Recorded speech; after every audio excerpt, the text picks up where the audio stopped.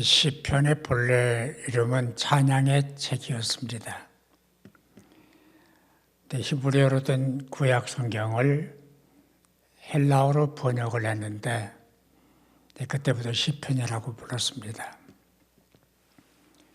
그 헬라어로 번역된 성경을 70인역이라 그렇게 부르기도 합니다. 아시는 대로 시편은 150편으로 구성되어 있는데 다윗의 시가 제일 많습니다. 73편, 또 고라자순의 시가 12편, 아삽의 시가 12편, 또 솔로몬의 시가 2편, 그 외에 모세, 헤만, 에단 등 이런 분들의 시가 한 편씩, 나머지는 무명 시인의 시로 되어 있습니다.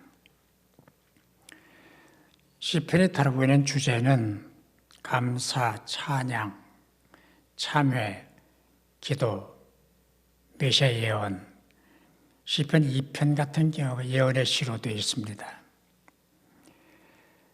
시편의 용도는 일상생활에서 읊었고 또 성전에서 예배를 드릴 때 시편을 애송을 했고 또 초대교회 사도들이 시편을 애송을 했고 또 인용을 많이 했습니다. 시편 150편 같은 경우를 보면 시편을 노래할 때 나팔, 비파, 수금, 소고, 현악, 퉁소, 재금으로 찬양하라 그랬습니다. 요즘 말하면 오케스트라로 찬양하라는 거예요. 그래서 교회 찬양은 화려할수록 좋습니다. 시편 44편은 고라자순의 시로 되어 있는데요. 표제는 교라자순의 마스킬 인도자를 따라 부른 노래. 이 마스킬이라는 말의 뜻은 교훈시라는 그런 뜻입니다. 시편 43편이 고라자순의 노래인데 먼저 고라자순 얘기를 좀 살펴보겠습니다.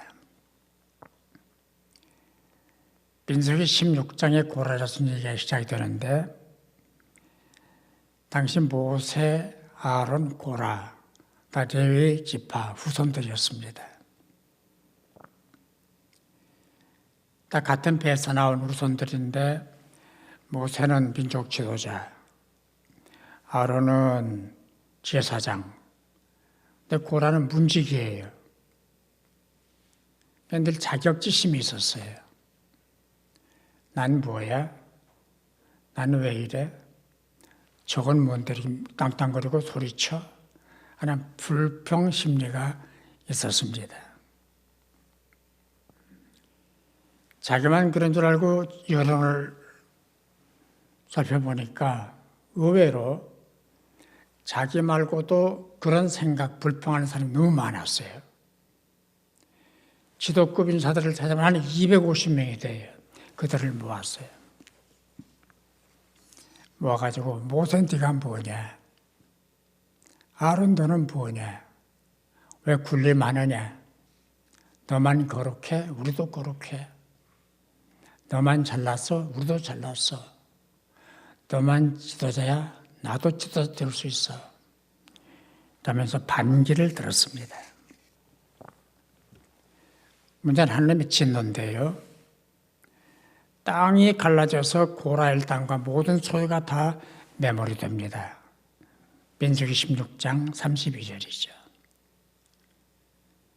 그뿐입니까? 불이 나와서 250명을 불태워버립니다. 민수기 16장 35절이죠. 이 광경을 지켜보고 있던 백성들이 있지 않았습니까? 이건 뭐야? 회개를 했어야죠. 우리 그러지 말자. 우린 그러면 안 된다. 그래야 맞는데 이 백성들이 이게 무슨 짓이야? 왜 땅이 갈라져 죽어? 왜 불벼락을 맞아? 이건 모세 아론 때문이야. 그러면서 대드는 거예요. 모세 아론 당신들이 이 백성을 죽였다. 너희 때문이다. 그들에게 하나님의 진노가 임합니다. 연병이 퍼져서 14만 14,700명이 죽습니다. 연병으로 죽는 거예요. 그런데 그때 고라의 자식들이 죽지를 않아요. 왜 그랬을까를 살펴보니까 고라는 그랬지만 그 자식들은 그게 가담을 안 하는 거예요. 함께하지를 않아요. 그래서 자식들이 살아났다라고 주경학자들이 해석을 했더라고요. 그리고 그 후손들이 계속해서 모세 시대부터 다윗 시대까지 470년 후까지 문지기를 하는 거예요. 시를 읽고 성막을 지키고 문간을 지키고, 그리고 그 후손으로 사무엘 선지자가 태어납니다.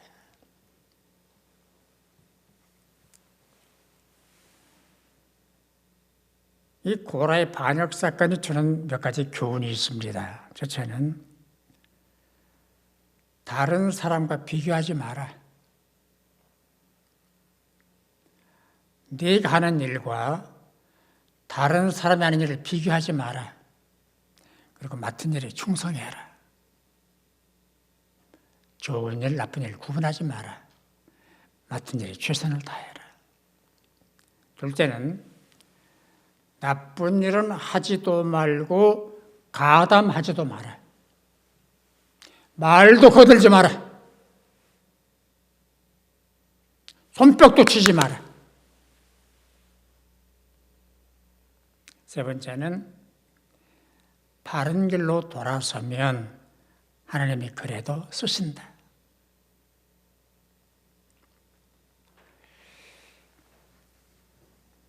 본문 내용을 세 가지로 살펴보겠습니다. 첫째는 옛날 일을 회상을 합니다.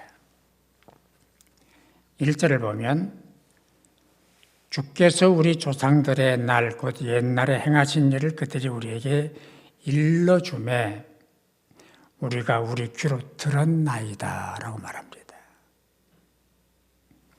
이게 무슨 말인가 하면은 우리 조상들이 우리한테 계속 얘기를 해줬다. 옛날 일, 지난 일을 얘기를 해줬다. 이스라엘 사람들은 구전으로 자식들에게 가정식탁에서 온 회당에서 온 성전에서 역사를 가르칩니다. 지난 역사를 얘기를 해줍니다. 애굽에서 430년 동안 종살이 했던 얘기, 홍해를 건넌 얘기, 광야를 횡단한 얘기, 요단강을 건넌 얘기, 가나안 땅에 들어간 얘기 계속 얘기를 해주는 거예요. 그리고 430년 동안 기나긴 세월 애굽에서 견뎠던 사건도, 그 서슬퍼런 바로와 맞서서 싸워서 이겼던 사건도, 홍해를 육지처럼 건넜던 사건도, 광야에서 살아남은 사건, 하나님의 은혜였다. 하나님 때문에 살았다. 하나님이 해주셨다. 그런 것을 가르쳤고 배웠습니다. 그리고 고라 자손들의 경우는 귀가 닳도록 우리 조상들이 반역죄를 범하다가 비참하게 죽었다. 망했다. 땅이 갈라졌다. 불이 터졌다.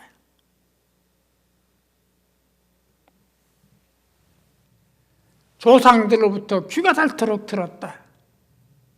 그리고 하나님을 쓰시고 계신다 하는 사실을 가르친 거예요. 만일에 고라의 조상들이 자기들이 지난 날의 치부를 얘기를 안 하고 입을 딱 다물었더라면 계속 나쁜 짓을 했을 거예요. 그 고라 자손이 없어져 버리고 말았을 거예요. 역사는 바로 보고 바로 이해하고 바로 가르쳐야 합니다. 교회가 됐든 국가가 됐든 어느 공동체가 됐든 간에 역사를 왜곡하거나 잘못 가르치면은 그 후손들이 길을 잃어버립니다. 그리고 국가는 망하게 됩니다. 국가 정체성이 없어져 버리고 맙니다. 그래서 역사를 잘 가르쳐야 돼요. 두 번째는 하나님의 구원을 찬양하고 있습니다. 3절을 보니까 칼로 땅을 찾은 것이 아닙니다. 사람의 팔이 구원한 게 아닙니다. 오직 주의 오른손과 주의 팔과 주의 얼굴빛으로 구원하셨습니다. 지난 역사를 반추해 보니까 하나님이 하셨다. 칼로 이긴 게 아니다. 우리 힘으로 한 게 아니다. 내 손으로 한 게 아니다. 주의 손, 주의 능력으로 했다. 하나님을 찬양하는 거예요. 그리고 고라 자손들의 경우는 우리 조상들이 못된 짓을 하다가 땅에 갈라져 다 죽었는데, 불타 죽었는데, 연병으로 죽었는데 하나님이 그들을 사랑하고 계신다. 그 사실을 찬양을 하는 거예요. 주의 오른손, 주의 팔, 주의 얼굴빛으로.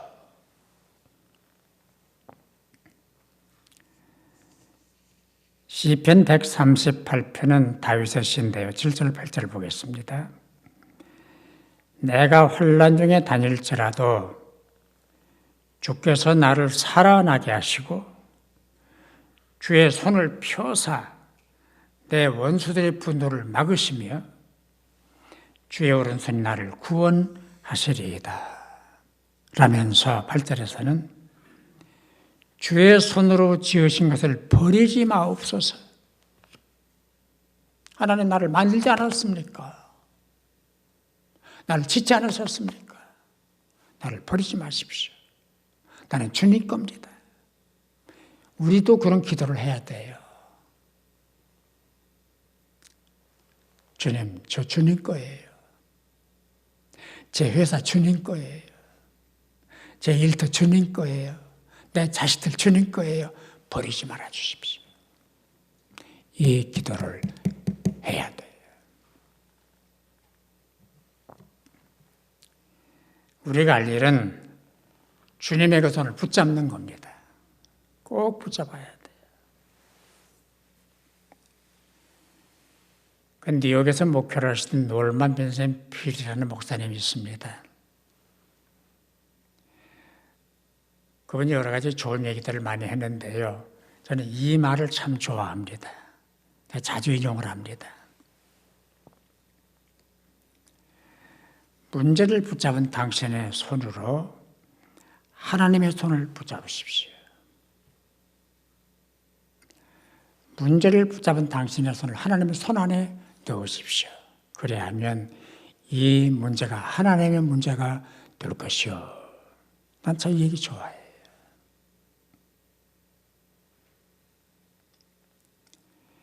이 얘기는 모세 지팡이와도 같은 맥락입니다.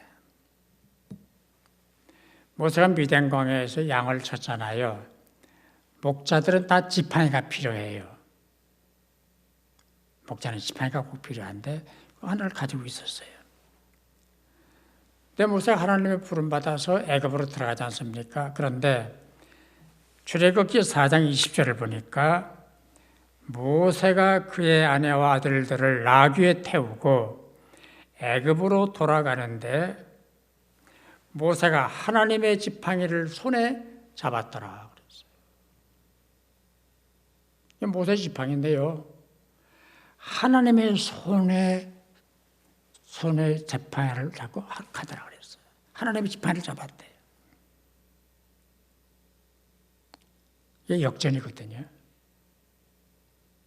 여러분, 내 것이 내 것이 되면 내 거가 되는 거예요. 그러나 내 거가 하나님 거가 되면 하나님 거가 되는 거예요. 내 소유, 내 건강, 내 자식, 내 기업, 내 일터, 하나님의 지팡이가 돼야 돼요. 그래야 힘이 생기는 거예요. 그래야 지키는 거예요. 그래야 명이 긴 거예요. 내 손으로 안 됩니다. 내 팔로 안 됩니다. 하나님의 지팡이에요. 하나님의 지팡이. 세 번째는 주님의 이름을 찬양하고 있습니다.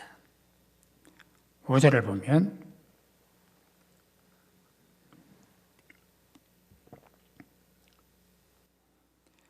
우리가 주를 의지하여 우리 대적을 누르고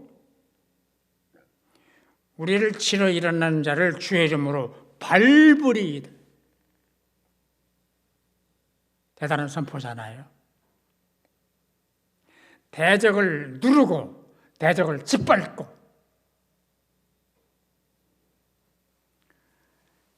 이스라엘의 경우는 누가 대적이었습니까? 바로가 대적이었고요.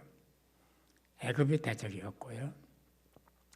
그리고 광야에서는 아말렉, 미디안, 모압, 암몬, 블레셋 이게 대적들이었습니다. 그런데 한 번도 지질 않았어요. 다 이겼어요. 다 밟았어요. 다 눌렀어요. 다 짓밟았어요. 그 이유를 시인은 주를 의지했기 때문이다. 주의 이름으로 이겼다. 주님의 이름으로 이겼다. 우리가 이긴 게 아니다. 주님의 이름으로 이겼다. 다윗도 같은 고백을 했습니다. 시편 18편 29절인데요. 내가 주를 의뢰하고 적군을 향해 달리며 내 하나님을 의지하고 담을 뛰어 넘나이다. 내가 주님의 이름을 의뢰하고 적군을 향해 달려갑니다. 앞에 담이 있으면 그걸 또 넘어가 버립니다. 달렸다, 담을 넘었다. 이 말은 승리했다 그런 뜻이에요. 우리한테도 이 고백이 필요합니다.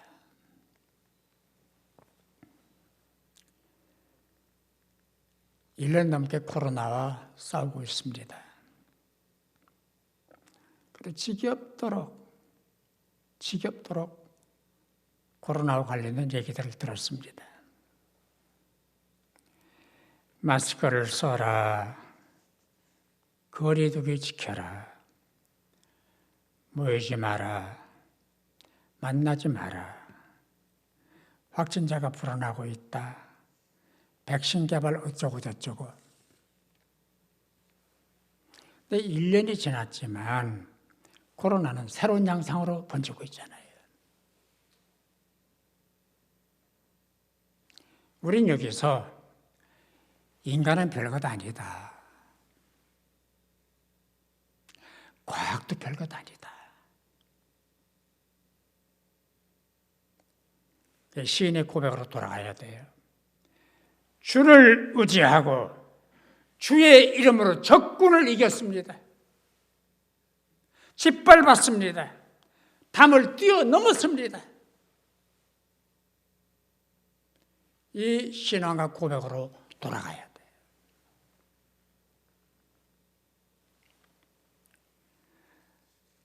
다윗은 소년 시절부터 이 믿음을 경험하고 산 사람입니다. 골리앗과 싸웠잖아요.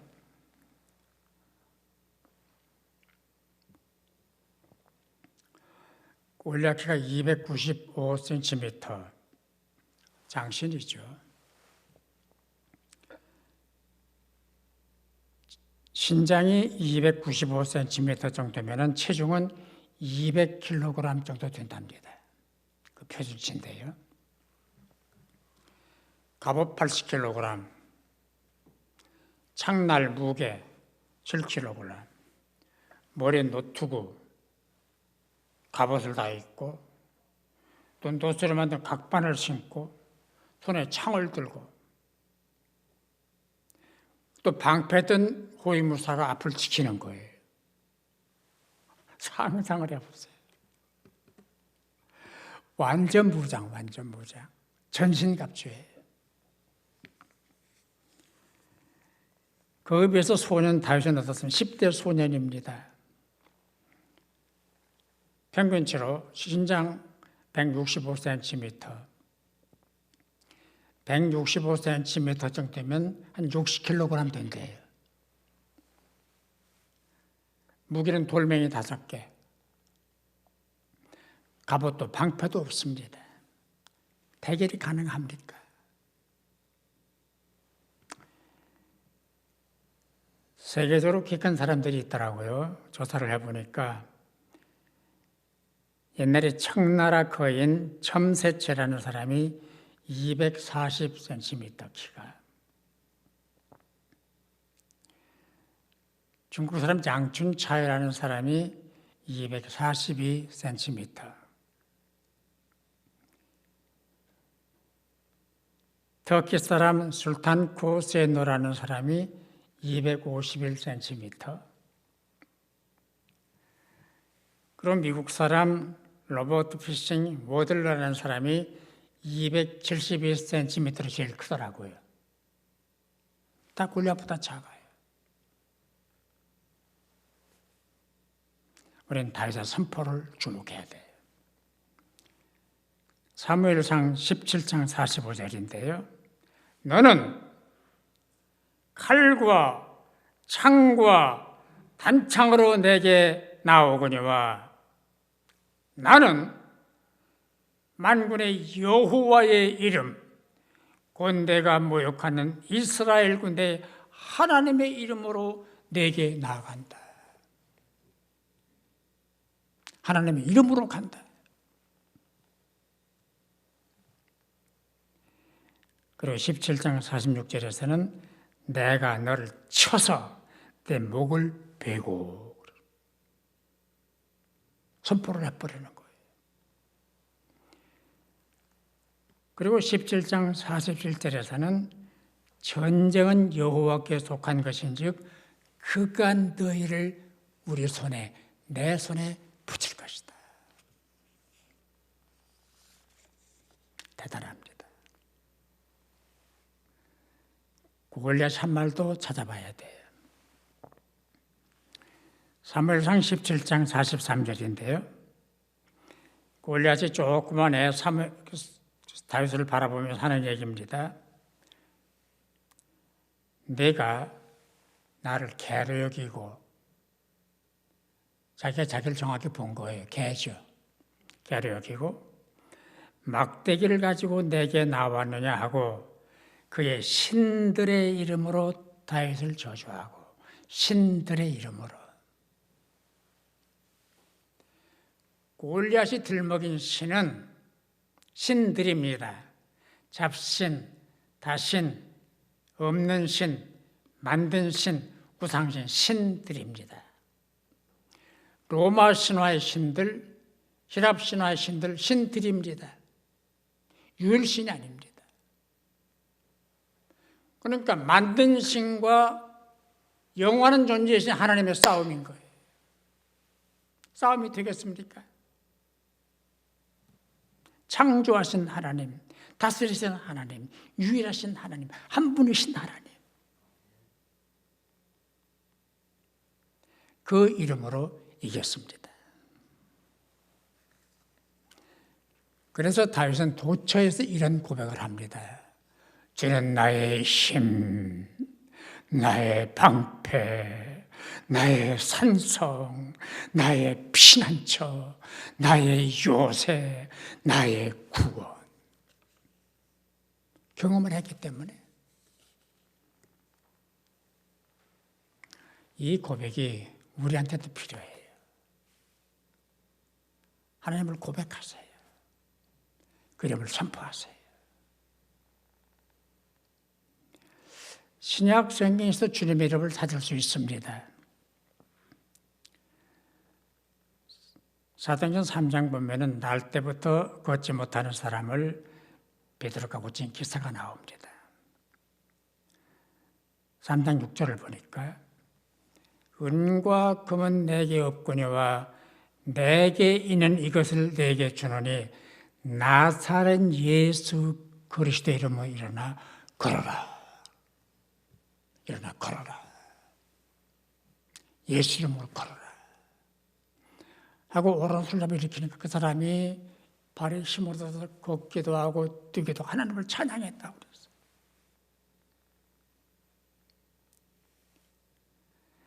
그리고 사도행전 3장 16절에서는 그 이름을 믿음으로 이 사람을 상하게 했다. 그 이름을 믿어서 이 사람을 고쳤다. 이름으로 고쳤다. 그뿐입니까? 사도행전 4장 12절에 말씀합니다. 다른 이로서는 구원을 받을 수 없나니 천하 사람 중에 구원을 받을 만한 다른 이름을 우리에게 주신 일이 없다. 구원도 예수 이름이다. 병을 고치는 것도 예수 이름이다. 이런 말씀 참 많아요. 로마서 10장 13절 누구든지 주의 이름을 부르는 자는 구원을 받으리라 그랬어요. 요한복음 14장 14절에서는 주님께서 너희가 내 이름으로 무엇이든지 내게 구하면 내가 시행하리라. 내 이름으로 기도해라. 요한복음 16장 24절을 보면 지금까지는 너희가 내 이름으로 아무것도 구하지 아니하였으나 구하라. 그 다음에는 받으리니 기쁨이 충만할 것이다. 주님의 이름으로 이기지요. 주님의 이름으로 구원받죠. 주님의 이름으로 응답받죠. 주님의 이름으로 기쁨이 충만하죠. 만능이에요, 만능. 주님의 이름 만능이에요.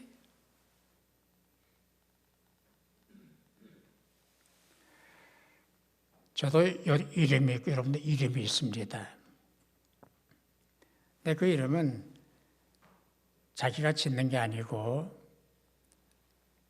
태어나기 전에 부모가 딱 지어놓든지 태어난 다음에 부모가 이름을 짓기도 하고 뭐 장명가한테 맡겨서 이름을 짓기도 합니다.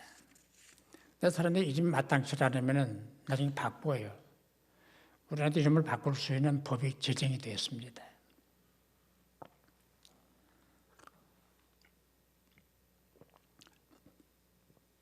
제 이름은 제가 태어나기 전에 아버님이 지어주신 이름인데요. 쇠복종자 순박순자입니다.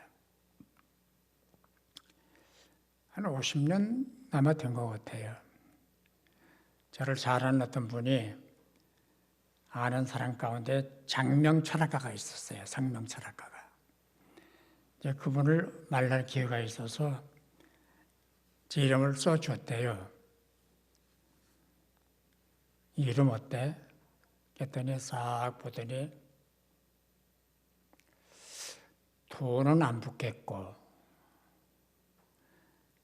사람은 많이 거느리겠는데 그러더래요. 저는 그거보다 돈은 많이 붙겠고 그 말도 들어갔더라면 좋을 뻔했어요. 돈은 안 붙겠고 사람은 많이 거느리겠는데 그게 목사처럼 목사란 말을 안 했어요. 그 양반이. 여러분 이름 때문에 돈이 붙습니까? 이름 잘 돼서 출세를 합니까?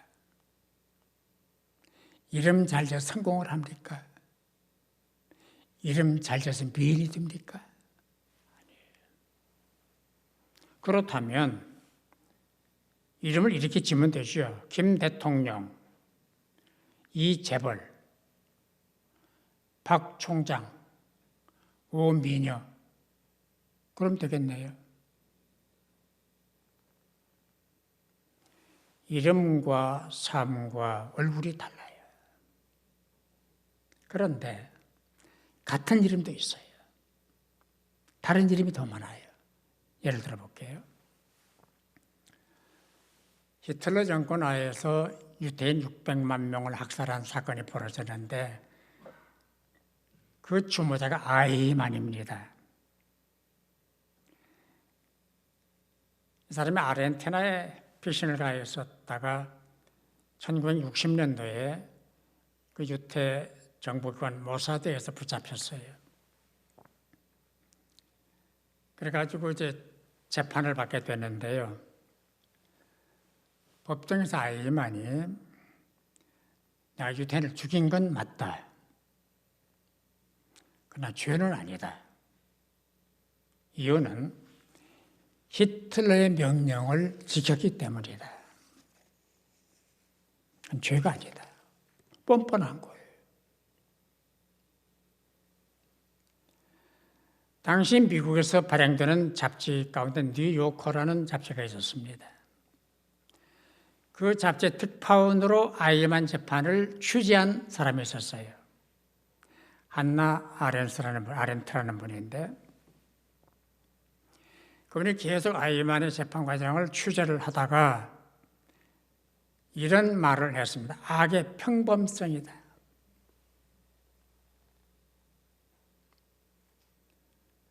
이 사람은 자기 죄를 모르는 평범한 악인이다.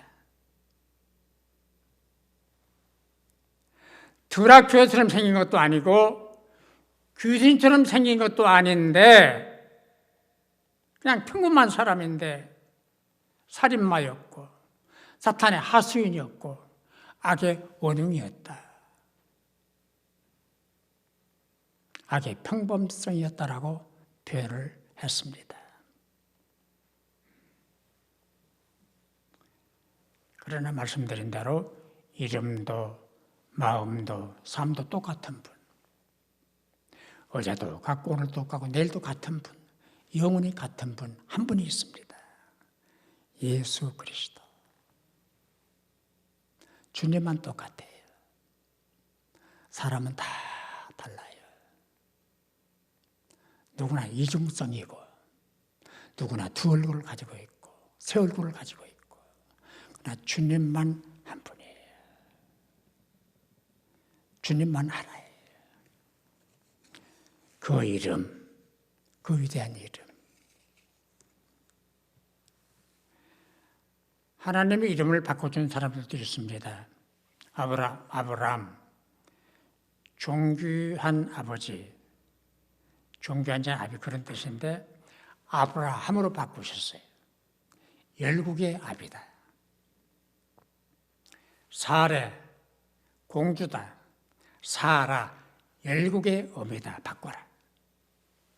야곱, 발뒤꿈치를 잡는 사람이다. 이름 나쁘다. 바꿔라. 이스라엘이다. 하나님과 겨루 이겼다.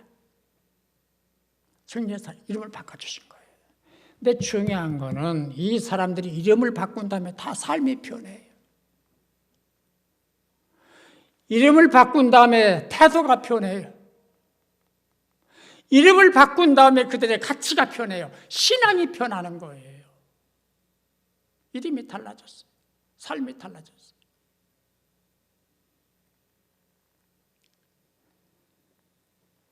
우리도 이름 바꾸지 않습니까? 그리스도인, 목사, 장로, 권사, 집사 이름 바꿨잖아요. 이름 바꿨으면 생활도 바꿔야죠. 생각도 바꿔야죠. 말도 바꿔야죠. 가슴도 바꿔야죠.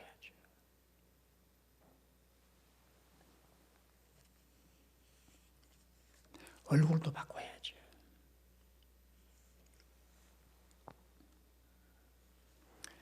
모세가 40일 동안 시내산에 있으면서 하나님 대면하고 율법을 받았습니다. 그리고 둘판을 받아가지고 진으로 내려오는데 사람들이 보니까 바라볼 수가 없어요. 너무 얼굴이 광채가 나는 거예요. 얼굴이 빛이 나는 거예요. 얼굴이 변한 거예요. 모세가 시내산에서 성형수술을 했겠습니까? 메이크업을 했겠습니까? 하나님을 대면했기 때문에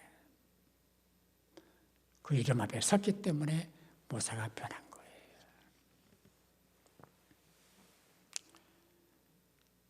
오늘 설교의 취지는 그러니까 우리도 그렇게 돼보자라는 겁니다. 우리도 주님의 이름을 부르자는 얘기입니다. 주의 이름으로 기도하고 주님의 이름으로 노래하고 주님의 이름으로 살고 주의 이름으로 악한 세력을 물리치고 악한 영도 거짓의 아비도 사탄도 꾀이는 자도 질병도 고통도 실패도 예수 이름으로 물리치고 그리고 승리 깃발을 꽂아야 돼. 여호와 니시의 깃발을 꽂아야 돼.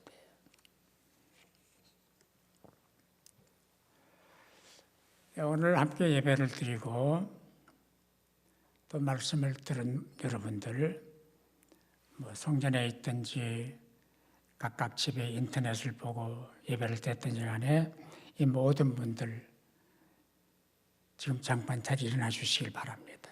일어나십시오. 두 손을 높이 드시기 바랍니다.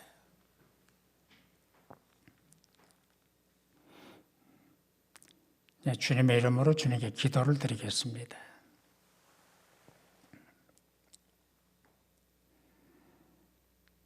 주님의 위대하신 이름으로 기도를 드립니다. 우리를 공격하는 악한 영, 원수, 마귀, 거짓의 아비를 물리쳐 주옵소서. 절망도 물리쳐 주옵소서. 실패도 물리쳐 주옵소서. 의심도 물리쳐 주옵소서. 유혹도 물리쳐 주옵소서. 질병도 물리쳐 주옵소서. 기도합니다. 코로나도 주님의 이름으로 물리쳐 주옵소서. 어떤 상황에서라도 믿음 흔들리지 않게 해주옵시고 주님의 얼굴 바라보는 사람들 되게 하여 주옵소서. 주의 이름을 높이고 부르며 살게 하여 주옵소서. 선포하며 살게 하여 주옵소서. 우리 기도를 응답하실 줄로 믿습니다. 믿사옵고 예수님의 이름으로 기도하옵나이다. 아멘.